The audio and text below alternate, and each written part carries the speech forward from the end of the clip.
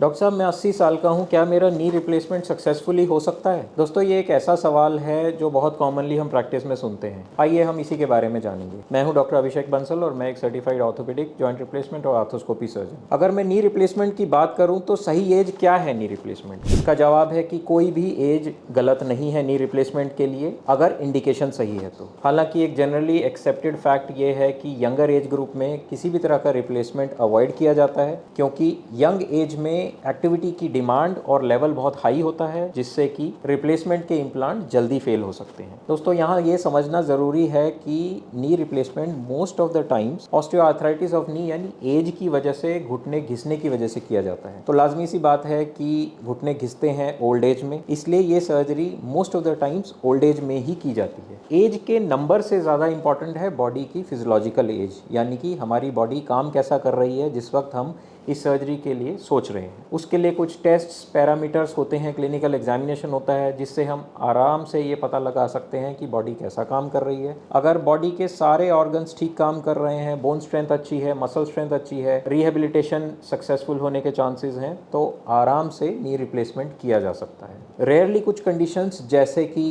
कोई पुरानी इंजरी या इन्फेक्शन की वजह से होने वाले जोड़ों की खराबी यंगर एज ग्रुप में भी रिप्लेसमेंट करना पड़ सकता है। अगर आप या आपका कोई जानने वाला नी रिप्लेसमेंट के बारे में जानना चाहता है, या आपने आसपास अपने किसी डॉक्टर को दिखाया है और आप डिसाइड नहीं कर पा रहे हैं कि क्या आपकी एज अप्रोप्रिएट है नी रिप्लेसमेंट के लिए, तो आप अपनी इन्वेस्टिगेशंस, एक्सरेज या प्रिस्क्रिप्शन हमारे दिए हुए नंबर पर भेजकर हमसे पूछ सकते हैं। हम कोशिश करेंगे कि आपको एक ऑनेस्ट और जेन्युइन ओपिनियन दें।